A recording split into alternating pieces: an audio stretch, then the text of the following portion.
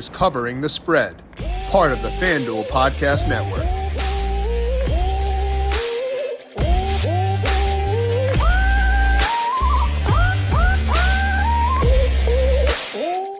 If Thursday Night Football was any indicator of what we have in store for week number 15, woo buddy, we are in for a wild one. We're going to break down some player props across week 15 with some pretty intriguing games by talking to JJ Zachariason. And then later on today, we're talking EPL with Austan Kas once again to get you ready for a full weekend of betting action. This is Covering the Spread right here on the FanDuel Podcast Network and FanDuel Research. My name is Jim Sonis. I am a managing editor of digital media for FanDuel Research, joined here as I am every Friday by JJ Zachariason. Check him out on Twitter at Late Round QB. Find his work at lateround.com and the Late Round Fantasy Football Podcast. And JJ, week 15 began with a bang last night. How you doing today?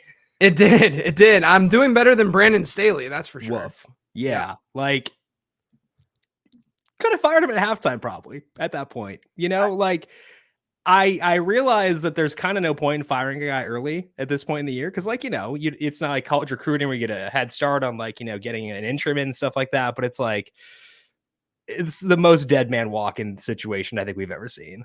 There was the first instance, I think, ever as a football analyst for me that I actually considered it a real possibility that the coach would get fired at halftime. Like, yeah. I thought it was actually possible. Like, that was the most pathetic, awful thing that I've ever watched. And that's not even hyperbole. That was the most pathetic performance I've ever seen from a football team.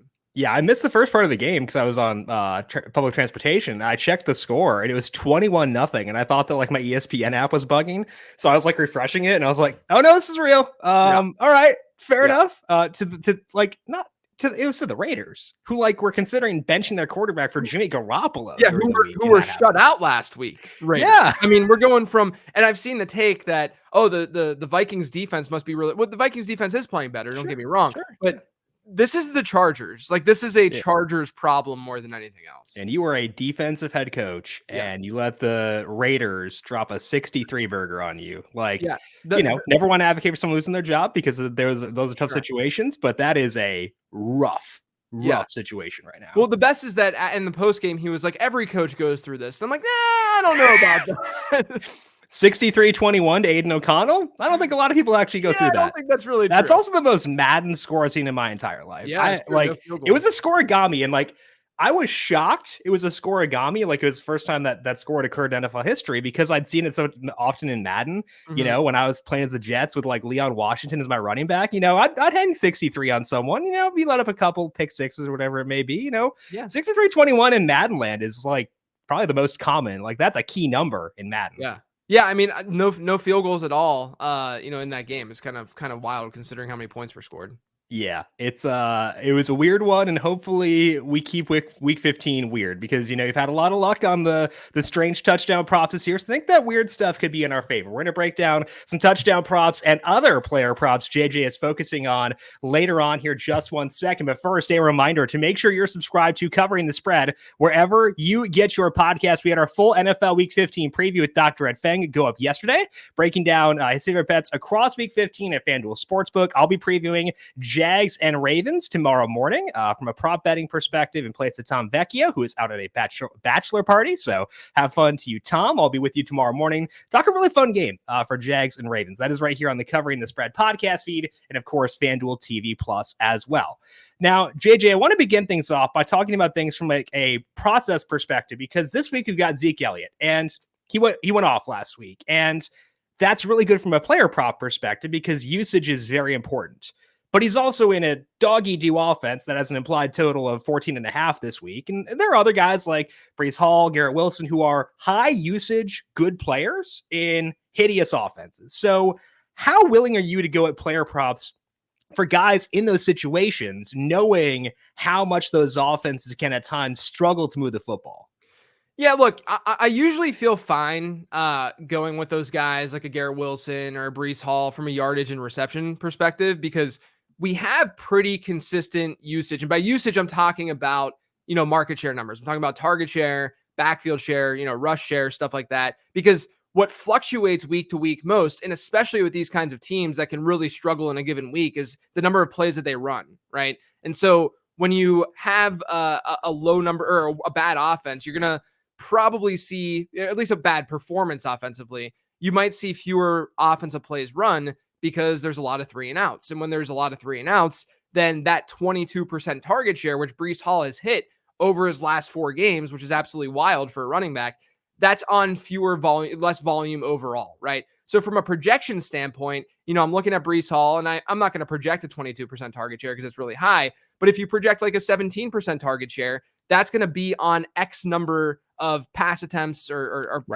targeted pass attempts. And that's stemming from the team level. And that team level is saying, we're going to probably run, because this offense is bad, X number of plays in this game, 55 plays in this game. And so it's all starting at that team level. And so it really comes out in the projection by saying, okay, this guy is going to do X, this guy's going to do Y. So it's all sort of embedded in that projection in some way. I will say I'm more than likely going to just shy away from any touchdown bets. Yeah. It's not worth it in these really horrible offenses when, there's a chance that they don't even score 2 touchdowns offensively. So those kinds of bets, it's usually embedded and it's usually reflected with the sports book, understanding that. But, generally speaking, it's just harder to really buy into something like that because touchdown bets are just essentially overs, if you want to think of it that way, right? I mean, this is going to happen. Whereas you can at least take the under, with guys in these bad offenses. So it's a little bit easier to go that route.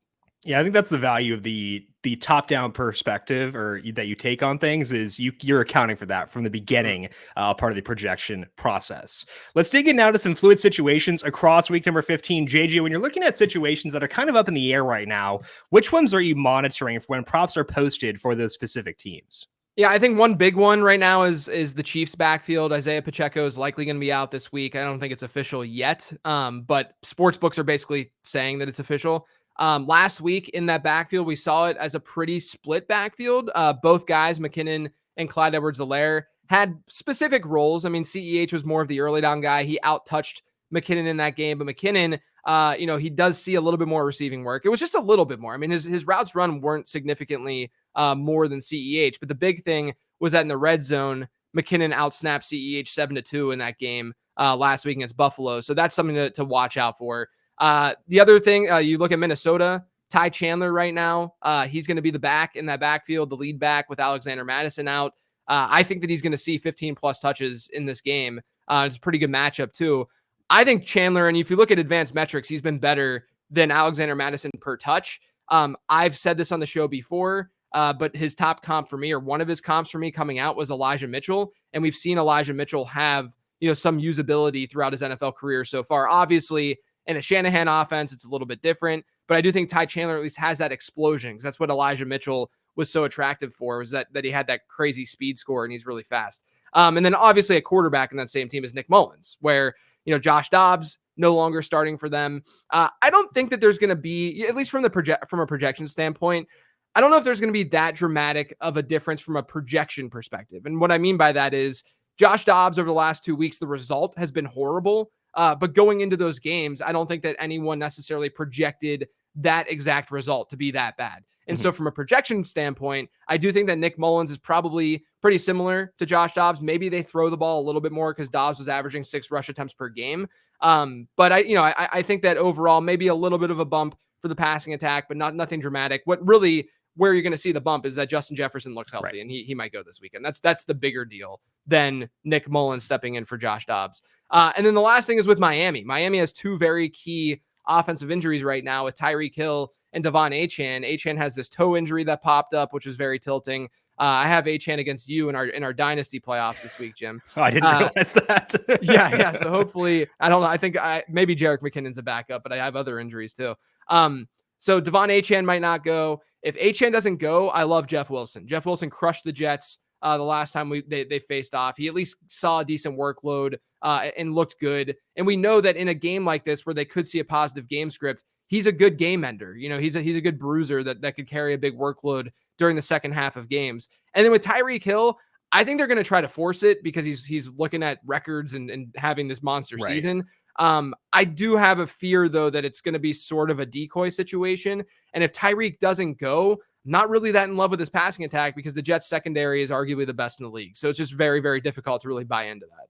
Yeah, and the weather forecast in Miami has gotten better, but it's still not great. I think 15-mile-per-hour winds last time I saw, these two teams just saw each other. So I think in general, being a bit lower on the passing offense makes sense. I will say for that dynasty matchup, you've had awful injury luck this year. The good thing is I've had a leveling there because I lost Tank Dell, lost CJ Stroud, lost Isaiah Pacheco. So it's not quite equal footing. I think you still have the worse injury luck than me, but like That's it's pretty at bad. least brought me down a bit to make it Yeah. a bit more fair in that Yeah, regard. it's a slappers only fest, if you will. Yeah, exactly. In the playoffs of a dynasty league, Yeah. you know, that's the state of the NFL is the exact same state as our dynasty league. Like, you know, slappers only even in the playoffs. What could possibly go wrong? What about yardage props, JJ? Where are you seeing value there across week 15? Yeah, my first one's kind of strange because he hasn't been that great over his last like 4, but Josh Downs on FanDuel right now, his yardage total is 42.5, and I'm gonna actually go with the over here. If you look at his last 4, like I said, he's actually hit the under in 3 of the 4, but the Steelers against slot players are just so egregiously bad, and this dates back. We've attacked this matchup before in the past. I mean, it dates back to literally like when Mike Tomlin first got there, maybe even the early 2000s with Bill Cowher. I mean, they've just been so bad. This defense is so bad against slot guys. If you look at slot players against Pittsburgh, their yards per route run this season is 2.61. The next team in that category is at 1.81. I mean, they're so much worse against the slot. It's crazy. I know that Josh Downs, over the last couple of weeks, he hasn't had great target shares. 3 weeks ago, he did have a 33% target share. I just like this matchup a lot. I think the Colts might end up scoring a decent number of points. There's a potential for that, at least in this game, because the Steelers really haven't been that great defensively. So I just like Downs in this matchup in particular. And then the other yardage prop that I'm going to look at, another receiver, I'm going to go the under, though, with Khalil Shakir at 27.5 receiving yards. Now, I know that line doesn't sound very high, but the main reason for this is Dawson Knox is back. And it's actually a big deal. Last week, they said they were going to ease him in, and they did kind of ease him in. He at least didn't play like he was playing before his injury. But when Knox was out from week 8 to week 12, Buffalo ran 12 personnel, so 2 tight end sets, at the lowest rate in football. Before the injury, they were running 2 tight end sets at the 4th highest rate in football. And then Knox comes back this past week, and that really hurt Khalil Shakir. We saw Shakir have some production while Dawson Knox was out, but this past week, Shakir's route participation dropped by 17 percentage points with Knox back. The matchup isn't great this week, so I'm fine with going the under at 27.5 receiving yards.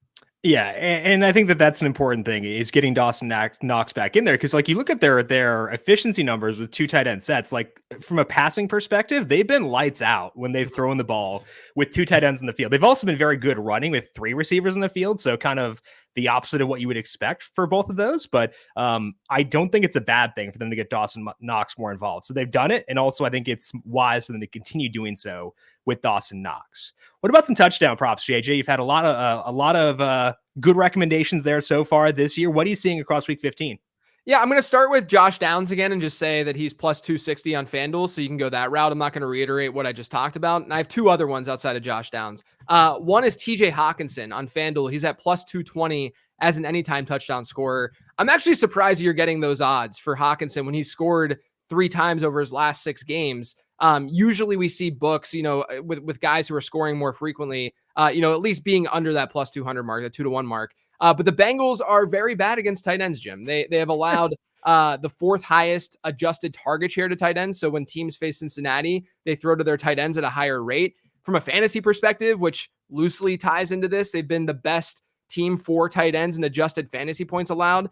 And that's because they've allowed 6 tight end touchdowns this year. Only 3 teams have allowed 7, and then there's a bunch that have allowed 6 or a handful that have allowed 6. But they've been bad against tight ends. So I like TJ Hawkinson in this spot against the Bengals. And then the last one, I'm going to go to Kansas City. I talked about this backfield earlier. Clyde Edwards-Helaire right now on FanDuel. These are better odds than what you're going to get at other books. He's plus 290 as an anytime touchdown scorer.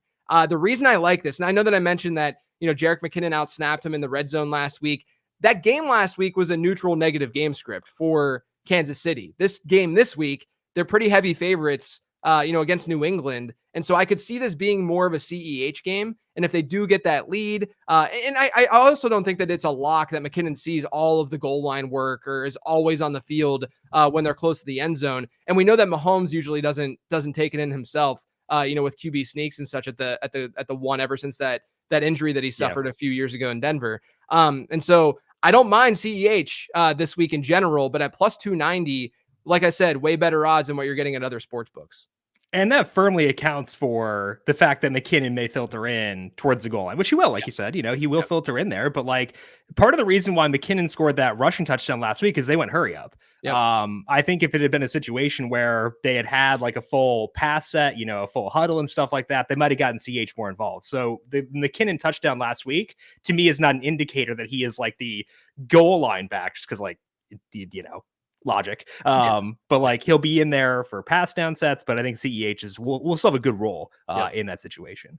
Alrighty, that is JJ Zachariason. Make sure you check him out on Twitter at Late Round QB. Find his work at lateround.com and the Late Round Fantasy Football Podcast. JJ, thank you as always. We're going to talk to you again after the new year because we are off the next couple of Fridays, but pleasure talking to you, and we'll see you once again, I think, heading into week 18. Awesome. Thanks, Jib. Alrighty. Again, find JJ on Twitter at Late Round QB and check out the Late Round Fantasy Football Podcast wherever you get your podcasts. We're going to dive in to EPL next with Austan Kas and get his read on this upcoming slate of games this weekend. But first, score early this NFL season with FanDuel, America's #1 sportsbook. Right now, new customers get $150 in bonus bets with any winning $5 moneyline bet. That's $150 if your team wins. If you've been thinking about joining FanDuel, there is no better time to get in on the action. The app is so easy to use. There is a wide range of betting options, including spreads, player props, totals, and more. So visit FanDuel and kick off the NFL season. FanDuel, official partner of the NFL, must be 21 plus and present in select states. FanDuel is offering online sports wagering in Kansas under an agreement with Kansas Star Casino LLC. First online real money wager only. $5 pregame moneyline wager required. $10 first deposit required. Bonus issued is non-withdrawable bonus bets that expire 7 days after receipt. See terms at sportsbook.fanduel.com. Gambling problem? Call 1-800-GAMBLER or visit fanduel.com/RG in Colorado, Iowa, Michigan, New Jersey, Ohio, Pennsylvania, Illinois, Kentucky, Tennessee, and Virginia. Call 1-800-NEXT-STEP or text NEXT STEP to 53342 in Arizona, 1-888-789-7777. Or visit ccpg.org/chat in Connecticut, 1-800-9-WITH-IT in Indiana, 1-800-522-4700. Visit ksgamblinghelp.com in Kansas, 1-877-770-STOP in Louisiana. Visit mdgamblinghelp.org in Maryland, 1-800-GAMBLER.net in West Virginia, 1-800-522-4700 in Wyoming. Hope is here. Visit gamblinghelplinema.org or call 800-327-5050 for 24/7 support in Massachusetts, or call 1-877-8-HOPE-NY or text HOPE-NY in New York. It is time now to bring on Austan Kas to break down EPL Matchweek number 17. Austan, it is a delight to have you back on the show for today. How you doing? I'm doing well, Jim. How are you? I am doing great. It is a pleasure to have you here because, things still going pretty well with EPL so far this year, and a big time of year for some soccer as well. The holidays, they seem like their schedule really gets pretty intense with the EPL. So we're going to talk about some games here across this weekend. But I did want to begin by focusing on a specific match that is coming up on Sunday. That is between Liverpool and Man United. And we've talked a couple of times, I think, Austan, about Man United and how tough this year has been for them so far. And that's reflected in the market right now. They are plus 750 to win this game against Liverpool. Liverpool is minus 320 right now. When you look at this game, Austan, have you seen any reason to buy into a bounce back from Man United, or is Liverpool too good to inspire optimism for a buy low spot here?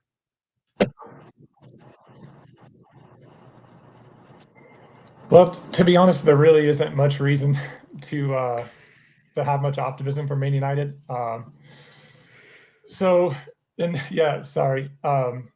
My computer's being a little weird, so if things are off, I'm sorry. All good. Going strictly off the numbers, pretty much everything points toward a comfortable win for Liverpool. Liverpool have an expected goal differential of plus 12.4 per FBref, and they've been really good at home. They've scored 21 goals and conceded just 5 so far at Anfield this campaign, and they've won all 7 of their home matches. On the flip side, Manchester United have an expected goal differential of minus 1.1, including negative 3.8 on the road. They've played 3 away games against teams currently in the top 7, and they've lost all 3 by a combined score of 6-1. And just flat out, United just are really struggling right now. Very little has gone right for them this season. They just lost midweek at home to Bayern Munich that eliminated them from the Champions League and pushed them to last in their group. Came on the heels of a 3-0 home defeat to Bournemouth in the league the weekend before. And it gets even worse. Bruno Fernandes, player, is suspended for this match. Luke Shaw and Harry Maguire, probably their 2 best defenders this year, both came off injured in the Bayern defeat. So all in all, like, the last thing United need right now is a trip to Anfield to face their biggest rival, and that's exactly what's coming up. So I want exposure to Liverpool. Liverpool's first half money line is minus 155, which I find that intriguing. But I also like the halftime, full-time market in that. Liverpool is minus 125. So taking Liverpool in the halftime, full-time market is basically another way to bet on Liverpool to win the first half, assuming that they hold on and win the entire match, which they're minus 320 to win. So get it at a little better number. But overall, I think that Liverpool are probably going to smell blood a little bit and come out and try to just crush any small optimism that United have. Yeah. As you mentioned, you can find that prop by going to the half tab over at FanDuel Sportsbook and digging in there. That is Liverpool to win the first half and then to win the match overall. They don't need to win the second half, just erasing the goals in the first half, just the overall match. So minus 125 for Liverpool in that market. Poor Man United, rough year for them. Now, between Saturday and Sunday, Austin, we got 9 total matches coming up. Any traditional market bets that stand out to you within those, I guess, other 8 matches on the schedule?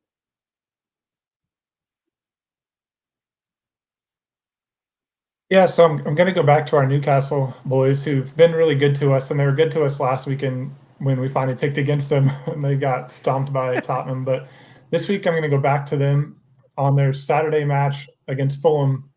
I really like them at their minus 120 money line.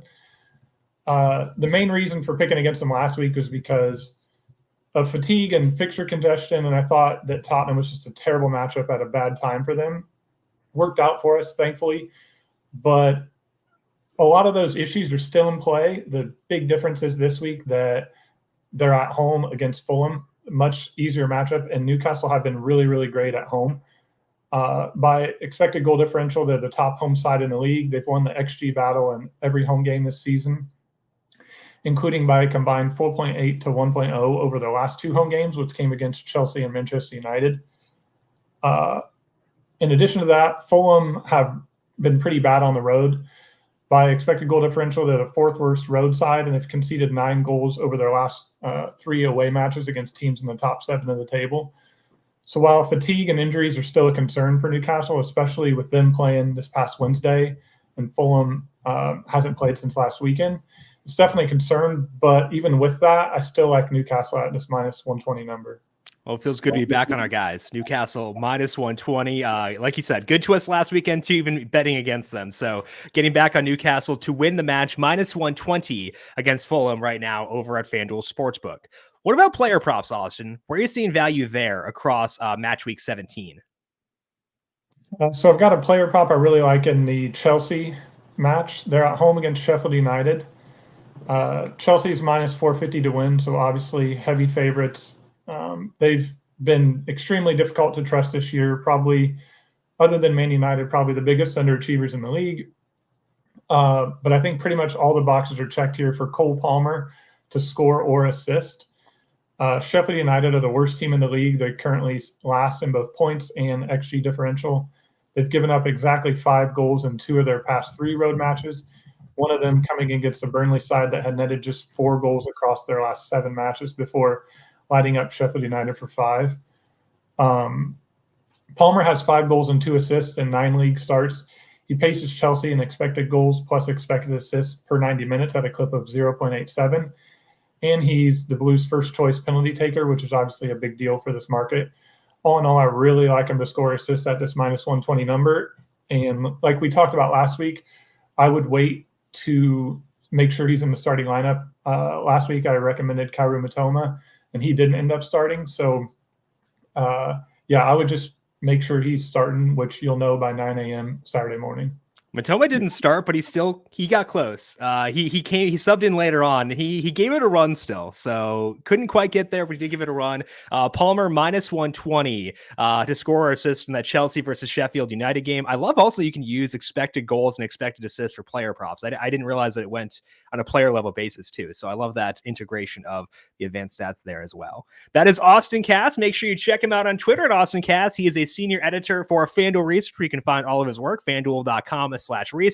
Austin, delight to get you back on the show for today. Happy holidays to you. We'll talk to you once again after the new year to get more EPL back in our lives. Sounds good. Enjoy your weekend. Thank you. Alrighty, same to you. That is Austan Kas once again. Find him on Twitter at Austan Kas.